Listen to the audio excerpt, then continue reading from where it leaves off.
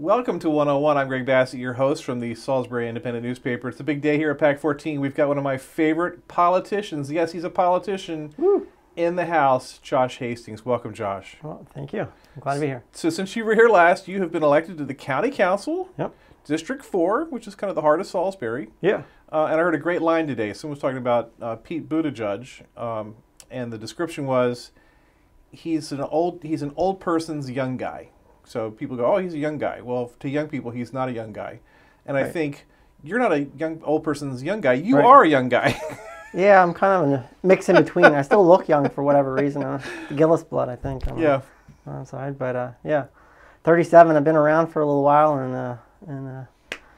but I'm happy now to be more involved in the council. It's been quite an exciting year. Very exciting, and I've been trying to get you on since you got elected, but you wanted to learn more and get more confident in terms of what was going on in terms of issues. So, how has it been getting elected to the county council? What's it like sitting up there? It's great. I've often imagined it, so it's actually really been an interesting year. I honestly only feel like I'm now a year in. I feel like I'm actually getting do I feel confident enough to be able to speak out more and understand more of what's going on? I mean, I've always been a policy guy and read numbers and things like this, but I didn't want to speak out unless I really feel like I know what I'm talking about.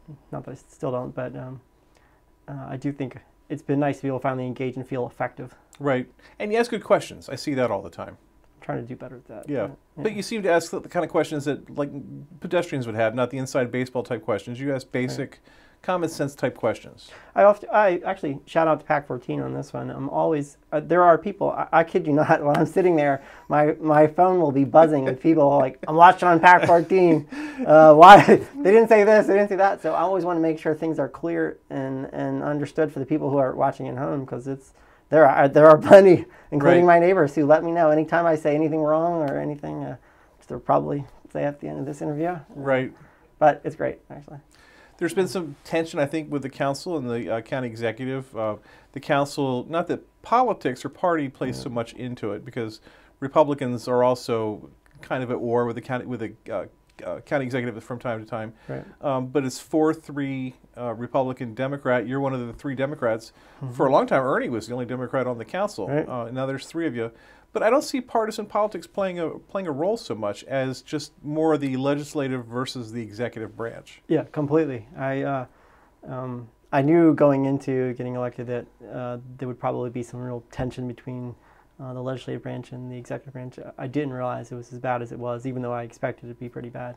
But that is, of course, that's to be expected, as we are not that long into a system with having an executive. We've had a council form of government, home rule, for quite a while, but not the actual understanding which roles are which. I think it's going to be very, very vital for us to actually start the process of a charter review committee and understand where should these roles be. Where should they be more on the executive side or legislative? Because a lot of the issues that pop up for us all come down to what's actually in the charter compared to what legislative branch probably should be handling. Right, and that's where a lot of the tension is right now. The county executive reads the charter one way, the council reads it another way. Right. Somebody made a point to me the other day, and I hadn't thought about this. There used to be a charter review committee changing the charter was a big, long process, a big ordeal.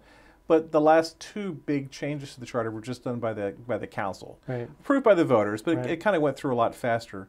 And someone said to me, like, maybe the council hurt themselves by not having a more formal exercise. Do you sense any of that? Yeah. I don't. I think we should have more formal exercise, and I think it should be. We don't need to have 15 questions on the ballot for people to approve and to review in order to change the charter. I do think we need to have a more formal process, and we're also in. I think there's a difference too. We're also in a new era of government as our larger democracy as a whole is now shifting. We have a lot more executive roles where, unless there is a specified penalty for going against a particular law. Exactly. Yeah. It was always assumed before that executive positions would, you would just go along with whatever the law says. Now you have from, President of the United States on down to local governments. You're seeing this across county by county in Maryland, and then local governments. You have executive positions that say, I don't feel like we should be doing this. I don't feel we should be following law. And that was never really an issue for us for so long in this country. But unfortunately, attitudes are shifting, and people has less trust in institutions, and in this case specifically, Yeah, someone rule tried of to law. argue with me the other day that the charter's just a guideline. I was like, no, I believe it's the law. That actually was a quote from the county executive. Yeah. Who I get along great with. I think he's trying, but yeah, that position is not very. I think there's a lot of room to run when it comes to clarifying the roles and to making things clear. Even simple rules for us to try to figure out how do you replace a member of the Board of Education, or even What an ordeal that was. yeah, and and you look at the law and it really isn't well written. Yeah. And And that was a new one, so it was the Yeah. first time that you guys have tried to do that under the new. Right. And this is where the member died, and it had to be an appointment. Right. It was an elected position. Right. Yeah, and it was much more complicated, I think, than it needed to be. Yeah, yeah, and actually, I think that's back on our agenda again, taking a look at this. But, Right.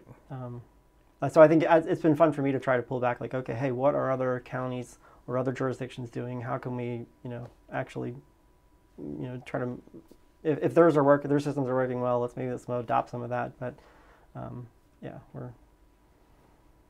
So what do you think is the future on this? Do you think this conflict is hurting the county? Yeah. Oh, totally. Yeah. I think that's probably the most pressing issue is for, as far as I'm concerned, for the coming years. Let's pull together a charter review committee and actually really look at these roles, and we need to take, of course, across the board with politics in this country, and even locally, you need to take politics and policy or people out of the equation, and you just need to clearly look.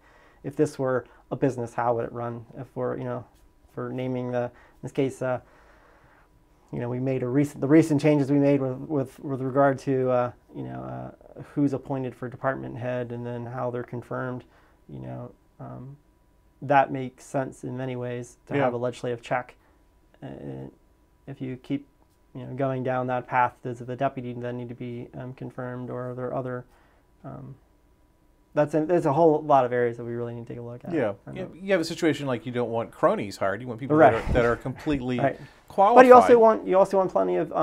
If someone's coming in and they have an individual that they think is very qualified, and Right. they appear to be qualified, you want them to be able to serve in that capacity. Right. You don't want somebody like I just don't like them, so they shouldn't be in that position. And that could happen on the legislative branch. So trying to find that balance is important for the county. We're over 106,000 population is probably what it's going to come out to be in the census. It's very important for us to, from here on out, to act like a major county with a very large municipality in the middle of us. Yeah, you see that with the department heads. You guys, I guess, you rejected one of them. You kind of made your own vote without them being submitted. But even most recently, an HR director was hired. And when she came to the table and the discussion about her, you guys never made it about that person. You were like, this person's qualified, she's probably terrific, but the system's not being followed. And you guys were very clear about that. Right. Well, we try to be very clear about that, actually. That process is playing out in many different ways, but we need to come to clarity from here on out with who's serving in which positions, especially when it comes to head of finance or HR or any of the other kind of roles, because especially when it comes to finance, we go to the bond market in New York or others. You need to have certain positions and certain individuals sign off on certain important documents, and so the more that we can have that figured out and settled, I think the better we'll be. Yeah, Rick Pollitt used to say to me years ago that when we go to the bond market, those guys have Googled the stories that we have in the newspaper about what's going on in the county, and they want to know what the heck's going on in Wicomico, and it might affect the interest rate in terms of any problems that might be going on. Yeah. And I'll add to that too. Last year, as a council, we went through the budget, and we were able to, of course, we can't add anything as a council. The legislative branch can't add anything to the budget, but you can only take away. Right. We took away one of the positions that was expected to be public information officer for the county executive. And I had a bit of qualms trying to go in that direction. I thought was a little, maybe a little not so helpful. And I think this year, if the county executive does put that forward, I'm going to support that. What you brought up is exactly right. Very important individuals who have control of a lot of of money look at what we're doing, and we need to be able to have the county appear to be as great as it really is. I'm so used to county councils, to all these legislative groups, kind of being scripted in terms of how they're going to vote. But I can tell that you guys have not called each other on the phone, and you don't have a plan. Because sometimes I'll get a sense from you that you're going to vote one way, and then I get a sense you're going to vote another way, and then you vote another way. I mean, you're really deciding at that table. Right. Yeah. Actually, even last couple of weeks. I mean, it's been come right down to that point. But we do take it very seriously. Myself and Bill McCain specifically. There are sunshine laws in place. We want to honor those. A lot of people ask, actually, I get that a lot. People come in. I was surprised about that. People come to me and ask, like, why don't you guys have determined what you're going to do when you go up there? Like, we literally can't talk to each other about it at one time. I can call one member and I can call the other, but we can't have a majority. Otherwise, it's you're going against violation of open meetings. Yeah, open meetings act is pretty important. So we actually try to fix that. I'm proud of that. One thing interesting from you, your perspective is interesting because you grew up in the Mardella area. You've got rural roots. You live in the city of Salisbury now, and I can sense when there are issues in the west part of the county how emotional you get about them. And lately, the Mardella school situation has gotten you kind of riled up a little bit. You want to talk about that? Yeah, yes, I do. I'm a proud Mardella guy. I grew up in Athol, the suburb of Mardella. It's terrible. There's only a couple people live there. No, my family had a family farm out there in Athol. I grew up. Mardella is the best. I mean, now we actually have proof to be able to say that Mardella Northwestern and high school are the best schools in the county. Absolutely. My brother actually teaches there. Mr. Hastings teaches computer science and other things. I'm literally, as I got some calls today and comments today about Mardella school system, and I am planning our. We're actually part of a group of us that are trying to plan our 20-year anniversary. 20 years ago, at Mardella, there were literally buckets, trash cans actually, that were there to catch rain when it came through. Right. We had issues with HVAC then. There's a whole ton of issues that that school has had, and it's served its purpose, and then some. Right. It's time that. And Mardella actually went through a process to try to determine, what they wanted for their school system. And there's a little bit of, from the latest thing that's brought out, basically there was an estimate of being $40 million for original price, and then it was like $70 million, so a difference of $30 million. The question of the county executive basically said, where is the rest extra, why is this extra money? This cost was not what we expected. Regardless, Mardella, the community, the Tri-City area, Mardella, Hebron, Sharptown, they went through a great public process to try to figure out what they wanted. Yeah, the residents were involved. The school building committee asked them what they wanted. They wanted a new and improved school, mostly new on the current site. Yep. And they could do a second level. And exactly. There were all kinds of options there. But $70 million is a lot of money. I understand that. Yeah, and I think there's a lot of issues. Of course, you don't want to. Are you building this to encourage growth, or are we doing this in a way that this not this is not built on a regular other septic or a sewer system? That I think it's a package plant, right? So can it handle the combination? Those are fair questions, but as a whole, that community deserves it, and it shouldn't be in any other location. But that space, in many ways, that's become a sacred space for the Mardella community. So right now, last year the county executive took some money out of the capital plan for the school. Then he took some money from the new roof for West Side, put that into a planning budget. Looked like the school was back on track, but then it disappeared again from the capital plan, and that was sort of the contention last week on that. Yeah, and question whether or not the state of Maryland is right, if they're going to support this. I think above all else, if we don't show that we're supporting it, why would they? Why would they? Yeah, and we're at a very critical point, by the way, with. I mentioned this last year. There is a separate bill in the state of Maryland that is speaking about school construction, of which the top 5, top 6, counties are the one that's going to try to secure a big chunk of change, right? For their own school construction issues. That's where we, as a county, need to be vocal and getting money back for our own area. But that's completely aside from the Kerwin Commission, which is a whole other big, right, funding issue. So regardless, Mardella we should show that that's an important project. We've gone through the process. It's far too important for that community. It's time to have it happen. So we just need to find a way to make it work. Now, it came back to me that maybe there had been an overreaction about this, that there was going to be more discussion and that Mardella might get back in the plan. Have you heard anything on that? Nothing lately. It was nice to be able to hear Dr. Hanlon try to bring up potential options of the ways to fund things, monies that were left that maybe we could potentially use to keep things on track. Right, and I'm surprised about the reaction to that. I mean, Yeah. you're it's like, well, if you've got this money, then why didn't you give it back to us before? Why, Right. how did you magically come up with? Well, Right. they've been thrifty and they don't Right. know how things are going Right. to end up for sure. You got to, Right. if you're like West Salisbury, they're still doing a punch list out there. Yeah. There's still stuff being done that they're paying for. Yep.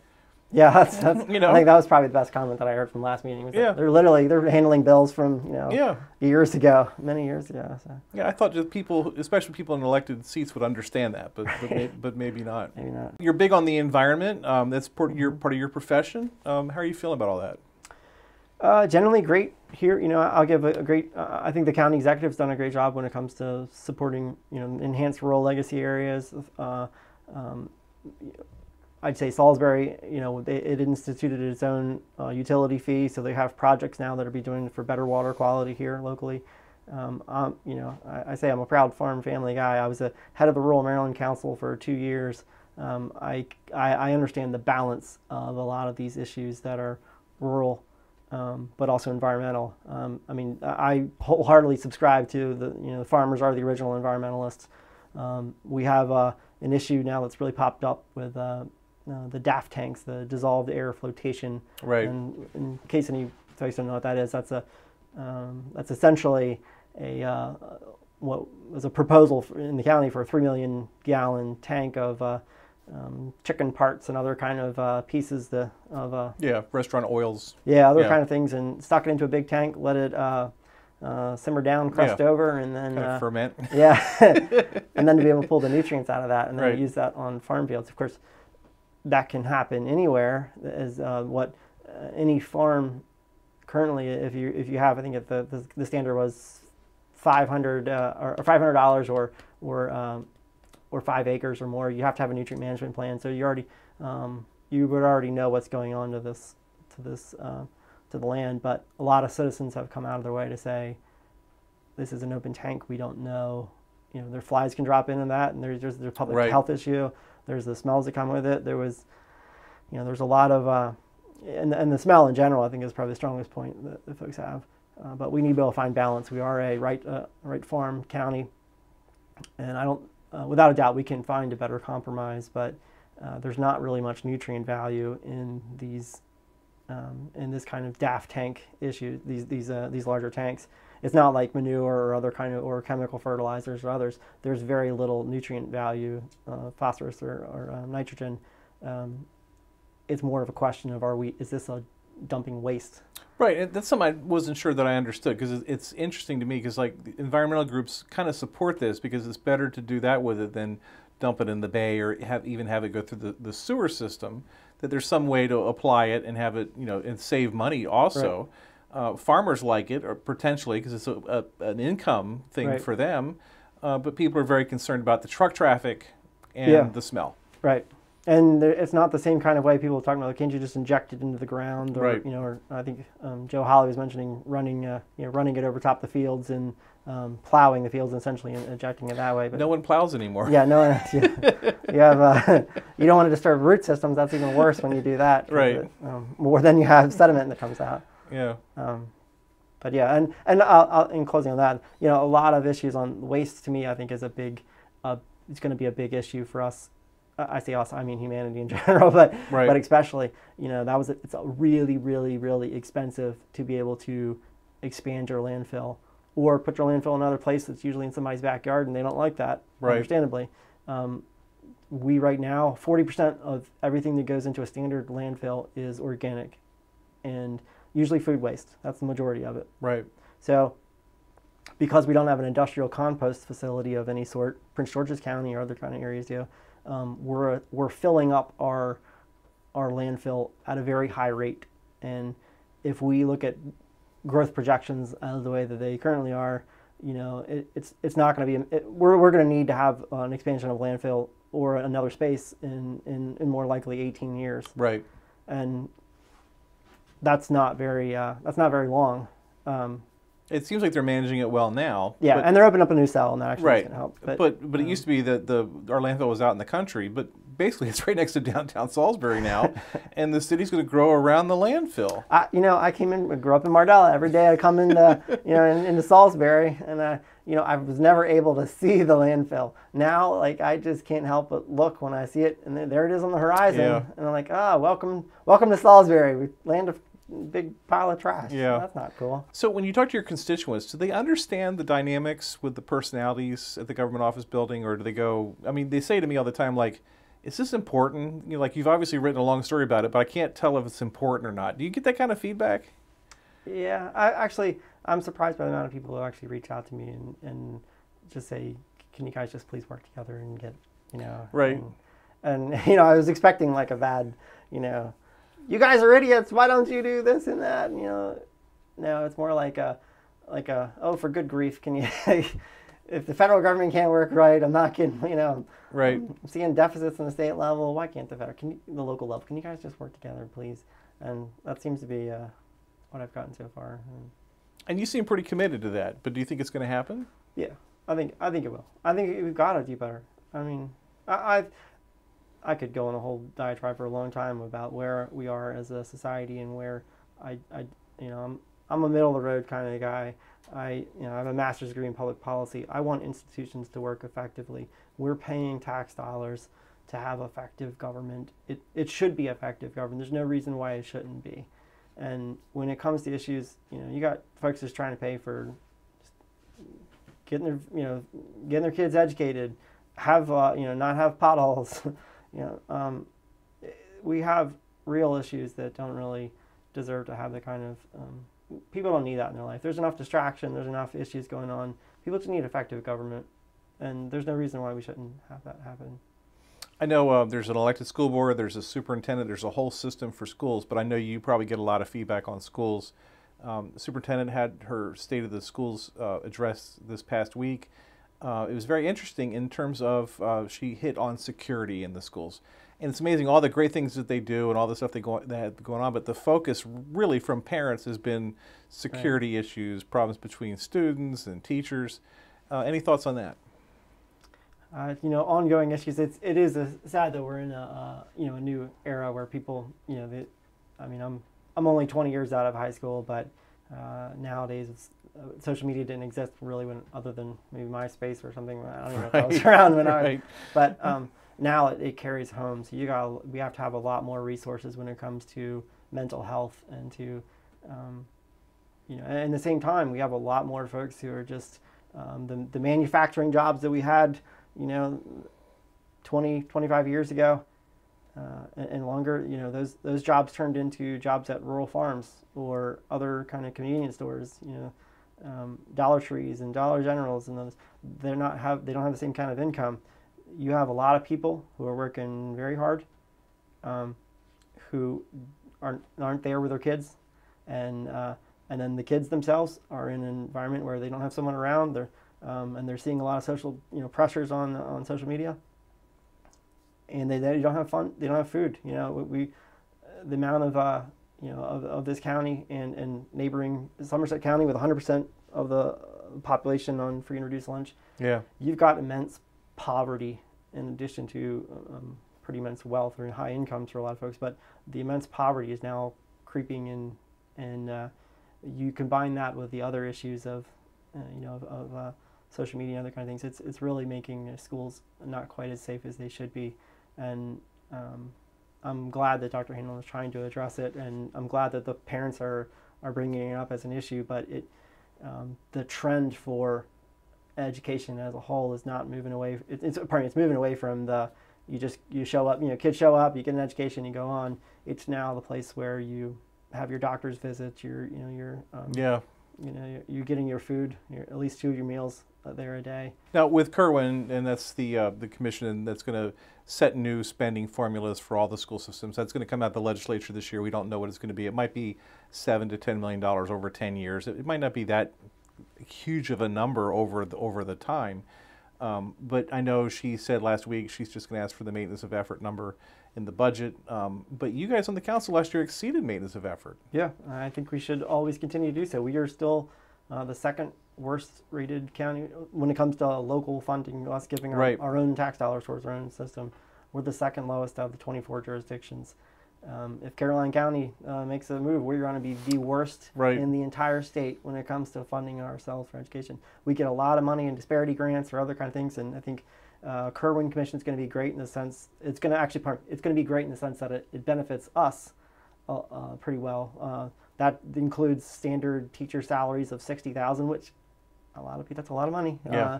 But that's going to be pumped into our into our schools. It's I think as a whole I think we need to continue to. Kerwin could be a very good thing for our school system. We need to continue to have to build on pre-K education, but it's not going to be an easy lift, and it's going to be a lot of money.